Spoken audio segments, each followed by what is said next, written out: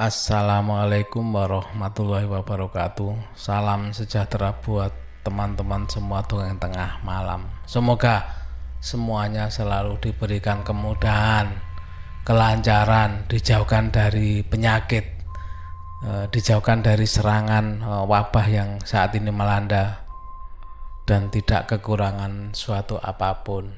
Amin. Untuk yang belum subscribe, jangan lupa subscribe ya. Jangan lupa tombol like-nya, komentarnya. Saya tunggu komentarnya untuk kemajuan dongeng tengah malam.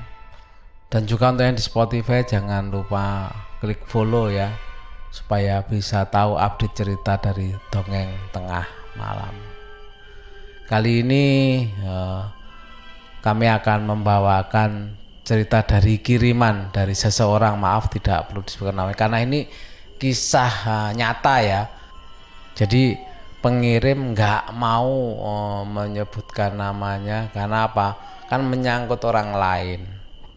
Barangkali ada yang tidak berkenan, sebaiknya memang tidak disebutkan nama pengirimnya katanya. Langsung ke ceritanya ya. Kejadian ini kurang lebih tahun 2011-an yang dialami oleh temennya pengirim cerita ini. Sebut saja temennya ini namanya Mas D. Mas D ini adalah seorang pemuda ya, masih lajang ya. Laga kehidupan seorang anak muda lajang ya, biasa kan mesti banyak teman-temannya. Salah satunya kalau misalnya malam minggu biasanya diajak nongkrong-nongkrong di kafe. Oh ya, kebetulan Mas D ini memang belum lama tinggal di kota ini karena kebetulan dia dimutasi dari kota asalnya untuk ke kota sekarang ini ditempati ya, karena untuk kemajuan karirnya ya, makanya Mas D harus meninggalkan kota asalnya. Dia baru sekitar 6 bulanan ya tinggal di kota ini, dan kebetulan ada kakaknya di kota ini, makanya dia tinggal sama kakaknya. Dan memang kakaknya minta tinggal di rumahnya daripada ngekos harus keluar biaya lagi. Nah, tahu kedepannya mungkin karena sudah mengenal kota ini, kalau sudah lama mungkin Mas D akan ngekos sendiri mungkin ya. Hari itu hari Sabtu, tapi hari Sabtu Mas D masih tetap bekerja. Nah, kalau sekarang kan kebanyakan hari Sabtu kan libur ya, kantor-kantor pada tutup, tapi hari itu Mas D masih bekerja seperti biasa anak muda ya. Kalau malam minggu itu biasanya kan sama temen-temennya chattingan atau apa gitu ya, SMS-an atau WhatsAppan, itu janjian untuk ngajak nongkrong bareng. Begitu juga Mas D ini sama teman-temannya, dia diajak nongkrong bareng di sebuah kafe ya, sehabis Mas D bekerja ini. Akhirnya setelah seharian melaksanakan kewajibannya untuk pekerjaannya, jam pulang pun selesai, dan seperti janjian dengan temennya, malam minggu itu Mas D berencana nongkrong bersama teman-temannya di sebuah kafe. Seperti anak muda kebanyakan ya, begitu sampai di kafe banyak temennya di sana, ya udah ngobrol ngalor ngidul, yang ngomongin cewek, ngomongin apa, itu kan biasa anak muda ya. Kalau yang pernah muda, karena Pak Denny sudah pernah muda, karena nggak terasa ngobrol sama temen-temennya semua, jam sudah menunjukkan tengah malam. Begitu tahu jam sudah tengah malam, teman-teman ngobrolnya, nongkrongnya, akhirnya kan sadar juga, oh ya sudah malam. Akhirnya mereka memutuskan untuk menyelesaikan tongkrongannya untuk pulang ke tempatnya masing-masing. Begitu juga Mas D. Akhirnya Mas D bersiap untuk pulang kembali ke rumah kakaknya. Jam waktu itu menunjukkan pukul 01.00 ya, atau jam 1 dini hari ya. Mas D pulang dengan mengendarai Vespa bututnya. Ini Vespa kebanggaannya dia, karena memang Mas D ini sangat cinta dengan Vespanya ini. Makanya dari kota sebelumnya sampai di bawah kota sekarang ini dia bekerja. Nah, Mas D ini seperti saya ceritakan di awal ya, Mas D kan baru 6 bulan tinggal di kota ini ya karena kepindahan kerjaannya. Dan Mas D ini masih belum hafal bener sebenarnya jalan-jalan yang dia lewati, kecuali pulang pergi kantor ya dia masih hafal bener. Tapi di daerah-daerah tertentu dia kan nggak hafal bahwa di sana ada apa, di sini ada apa, itu kan ya asal jalan aja. Lah pas perjalanan pulang ini Mas D sebenarnya nggak punya firasat apa-apa. Karena apa? Nggak punya pikiran ketemu hantu. Yang ditakutkan pasti ketemu pembegal atau perampok di tengah jalan. Di tengah perjalanan pulang itu, ini kan dini hari ya, tiba-tiba Mas D dicegat sama 2 orang cewek melambai-lambai, maksudnya menghentikan Mas D karena ada yang mencegat Mas D. Dalam artian cewek ya, malam-malam tengah malam seperti ini Mas D dengan polosnya ya menghentikan motornya, menanyakan, oh kenapa Mas D, ada apa kok dia dihentikan. Begitu berhenti akhirnya cewek itu bilang, Mas ke arah sana ya, kita bisa minta tolong, kita bisa nebeng, soalnya dari tadi nunggu taksi nggak ada yang lewat, ujar salah satu cewek itu. Dan Mas D pun dengan polosnya, lah masa kita boncengan bertiga, katanya Mas D ya. Cewek itu pun menjawab, tidak apa-apa Mas, ini kan sudah malam, kan nggak ada polisi, aman kok, katanya. Karena kasihan ya Mas D ini, apalagi di tengah malam seperti ini. Akhirnya Mas D ya sudah mengiyakan, membonceng kedua gadis tersebut untuk bareng nebeng karena satu arah jalannya. Di sepanjang perjalanan keduanya cewek ini diem saja, dan sebenarnya nggak ada aneh bagi Mas D, tidak ada sesuatu yang aneh gitu loh. Dan Mas D juga merasakan bahwa tarikan motornya itu berat sekali, tapi pikirnya Mas D kan ya nggak salah, berat memang membonceng 2 cewek sekaligus. Bagi Mas D ya maklum lah, dianggap maklum lah. Tapi sebenarnya dalam perasaan itu ada, kok rasanya berat bener gitu loh perasaannya. Tapi ya itu tadi dihilangkan karena memang bener kenyataannya dia membonceng 2 cewek yang nebeng di motornya Vespa bututnya ini. Di samping beratnya tarikan motor tadi, Mas D sesekali mencium bau yang wangi banget, wangi menyengat gitu loh. Tapi dipikirnya ya itu mungkin parfumnya cewek tadi. Tapi Mas D juga merasakan bau sesekali itu bau seperti sangit. Sangit itu apa ya? Bau yang bukan wangi ya.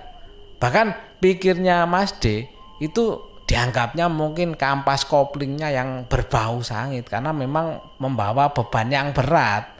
Dia berpikirnya masih tetap positif seperti itu Mas D itu.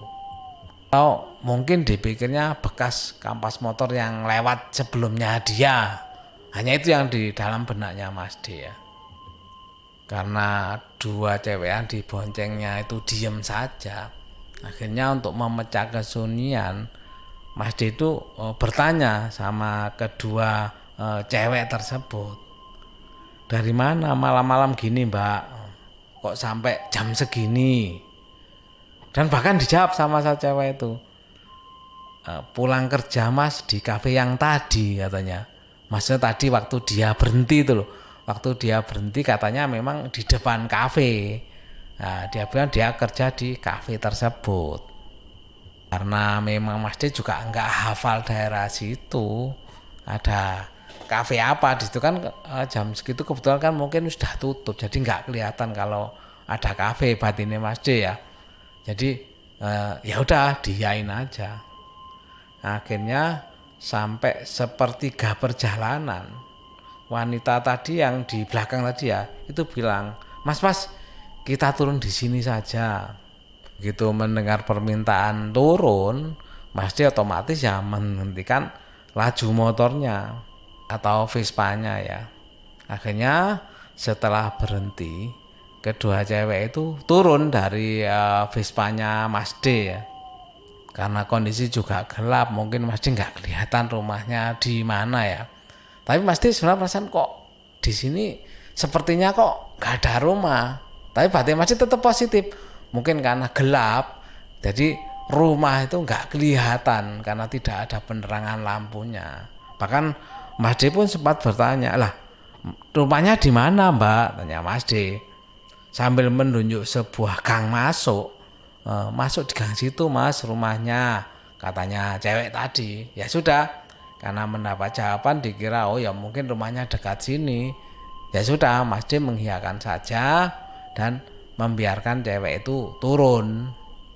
Tapi sebelum dua cewek itu meninggalkan Mas D, tiba-tiba salah seorang cewek itu memberikan kartu nama ke Mas D sambil berucap, ini nama aku Mas, terima kasih ya sudah ngantar kita pulang, katanya.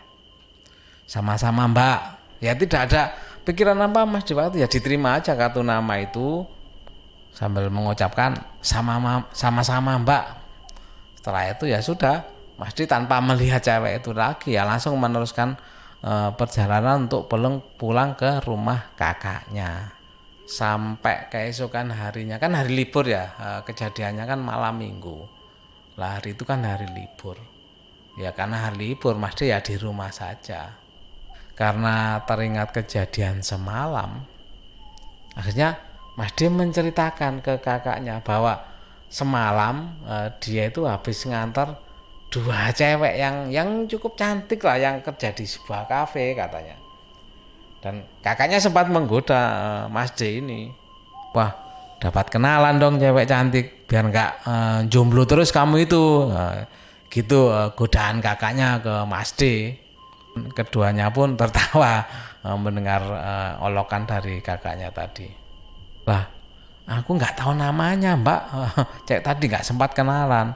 Cuman katanya Mas D sempat dia itu ngasih kartu nama Mbak.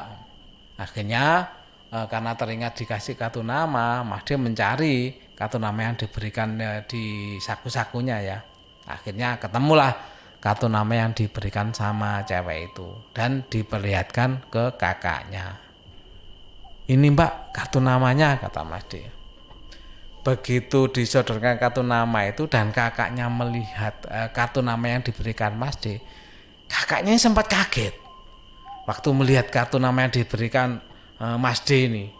Dengan agak sedikit tegang ya karena kagetnya kakaknya Mas D itu, kakaknya bertanya sama Mas D, kamu ketemu cewek itu di mana dan kamu antar kemana, tanya kakaknya itu. Ya di jalan setelah perempatan yang ada jembatan itu loh Mbak, dan mereka turun di depan gang setelah pertigaan jalan G ya, enggak inisial ya. Jawab Mas D yang terlihat agak bingung dengan reaksi kakaknya ini setelah melihat kartu nama yang diberikan sama Mas D tadi. Sambil agak tegang ya wajah kakaknya ini ya, Mas D dibilang sama kakaknya, coba kamu telepon nomor yang ada di kartu nama itu, katanya kakaknya. Dan Mas D pun bener juga gitu loh, kenapa nggak ditelepon. Tapi ya heran juga ngapain Mas D, tapi karena kakaknya bersifat seperti itu, Mas D akhirnya sudah mencoba menghubungi nomor yang ada di kartu nama tersebut. Dan ternyata memang nggak aktif nomor yang diberikan di kartu nama itu. Dan Mas D pun bilang ke kakaknya, nggak aktif Pak nomornya ini. Sambil agak keheranan ya, kok nomornya nggak bisa dihubungi padahal jelas-jelas yang ada di kartu nama tersebut. Malah kakaknya nyeletuk, ya nggak nyambung, jelas nggak nyambung, kafe itu kan habis terbakar dan ada beberapa karyawan meninggal yang terjebak dalam kebakaran itu, kata kakaknya. Karena saking penasarannya, Mas D akhirnya keluar rumah dan menyusuri jalanan di mana tadi malam ketemu sama dua gadis tersebut. Akhirnya sampailah di tempat dia bertemu gadis tersebut dan benar. Ternyata di depannya itu ada bekas kafe yang terbakar atau bangunan kafe yang terbengkelai karena habis kebakaran dan terlihat jelas hangus dari bekas kebakaran tersebut. Tapi karena masih penasaran, walaupun masih sebenarnya kaget gitu loh. Ternyata di situ memang ada bekas kafe yang bekas kebakaran. Tapi Mas D karena penasaran melanjutkan perjalanan di mana dia menurunkan kedua gadis yang diboncengnya semalam. Begitu sampai di gang yang dimaksud, memang ada beberapa rumah ya di gang itu. Tetapi di ujung gang itu adalah pintu gerbang pemakaman. Mendapati kenyataan seperti itu, Mas D langsung diem, lemas, tidak berdaya membayangkan siapa sebenarnya yang diboncengnya semalam itu. Sambil memohon ampun sama Tuhan, ya astagfirullah. Mas D masih bersyukur bahwa untungnya semalam itu Mas D tidak dikerjain sama makhluk-makhluk, anggap aja makhluk ya, dua cewek itu yang digoncengnya semalam itu. Hanya minta diantar saja. Dan Mas D juga mengingat lagi bahwa sebenarnya semalam Mas D nggak merasakan kejanggalan sama sekali. Karena apa? Makhluk itu diajak bicara juga menjawab. Pada waktu turun pun dia berpamitan dan mengucapkan terima kasih. Siapa yang merasakan kejanggalan kalau menerima kenyataan seperti itu? Akhirnya Mas D ya sudahlah, mungkin mereka itu minta diingat atau minta didoakan, arwahnya sudah di sana, karena tidak tahu meninggalnya karena apa dia ikut hangus pada waktu kebakaran kafe tersebut atau apa. Jadi nilai positifnya mungkin bagi pelajaran ya, bagi Mas D mungkin mereka minta didoakan. Akhirnya sudah, Mas D mendoakan, mengirimkan ayat-ayat yang dia bisa ya terhadap arwah kedua cewek tadi. Yaitu tadi kiriman pengalaman kisah nyata ya dari temannya pengirim cerita ini. Mudah-mudahan bisa dipetik pelajaran, dalam arti pelajaran gini loh. Mungkin saja yang sudah tiada itu mengingatkan kita untuk tidak melupakan bahwa dia itu pernah ada dan dia sekarang ini di alam sana. Barangkali tidak ada yang mendoakan, ya minta didoakan atau dikirimi doalah ke mereka. Itu aja. Mudah-mudahan pendengar Dongeng Tengah Malam bisa terhibur. Tetap jangan lupa ya komentarnya dan subscribe yang belum. Dan Dongeng Tengah Malam saya akhiri. Wassalamualaikum warahmatullahi wabarakatuh.